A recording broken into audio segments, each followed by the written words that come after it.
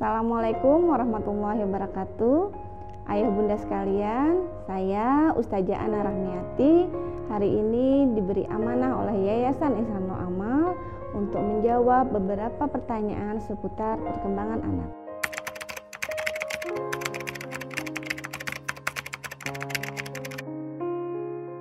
Baik, untuk pertanyaan tentang anak hiperaktif, pertama saya perlu menjelaskan dulu tentang kategori anak hiperaktif.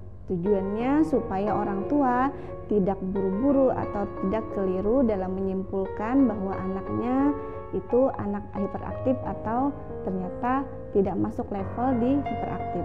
Nah, jadi hiperaktif itu disebut juga dengan ADHD atau Attention Deficit Hyperactivity Disorder.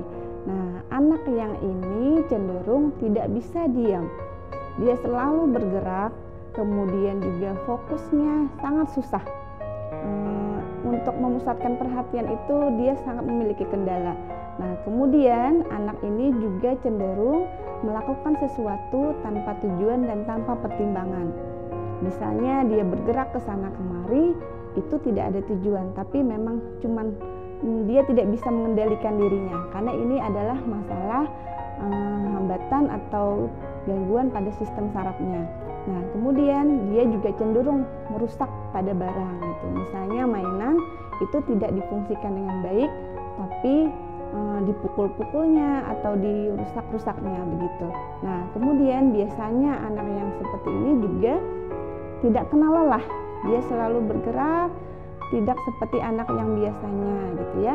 Nah, kemudian juga memiliki masalah dalam pola tidur. Biasanya susah untuk tidur. Nah, itu anak kategori hiperaktif. Nah, ada juga kategori yang superaktif.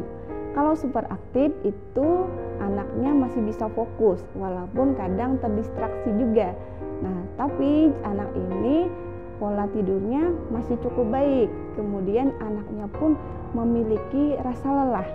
Jadi ketika dia beraktivitas, kemudian dia merasa lelah, dia akan beristirahat atau tidur dengan sendirinya. Itu kategori yang superaktif. Nah, berarti ayah bunda perlu tahu dulu nih, jangan kita buru-buru menyimpulkan bahwa anak kita hiperaktif.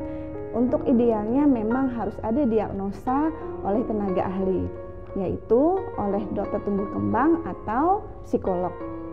Lalu bagaimana sebagai orang tua, apa yang bisa dilakukan untuk menghadapi anak yang hiperaktif atau superaktif? Tentu yang pertama adalah melakukan terapi ya. Nah, kami di Rumah Karunia juga ada beberapa anak dengan masalah ADHD ini. Nah, kemudian orang tua juga bagus jika bisa memberikan aktivitas-aktivitas rutinitas yang didisiplinkan pada anak. Berarti ada kegiatan anak gitu ya, sudah disusun secara terjadwal. Nah, kemudian juga anak ini juga harus dilatih fokusnya. Nah, saat belajar usahakan tidak ada hal yang memicu terjadinya distraksi pada perhatian anak. Misalnya ketika anak belajar diusahakan tidak ada yang membunyikan suara-suara yang mengganggu dia. Misalnya tidak ada yang menonton TV di samping dia, tidak ada yang asik main handphone, tidak ada yang asik mendengarkan musik dan lain-lain. Karena memang fokusnya ini mudah sekali untuk pecah seperti itu. Nah, kemudian kita juga harus bersikap tegas pada anak yang kecenderungannya hiperaktif atau superaktif. Tegas bukan berarti marah-marah gitu ya, tapi anak tahu yang mana yang harus dilakukan, yang mana yang perilaku yang harus dihilangkan dia. Nah, kemudian beri apresiasi terhadap kemajuan anak sekecil apapun. Jadi misalnya hari ini dia bisa fokus lebih lama sedikit saja daripada kemarin, itu tetap beri apresiasi. Bentuk pujian bisa, bentuk bintang juga bisa begitu. Nah, dan yang penting tadi dilakukan sesi terapi oleh tenaga ahli.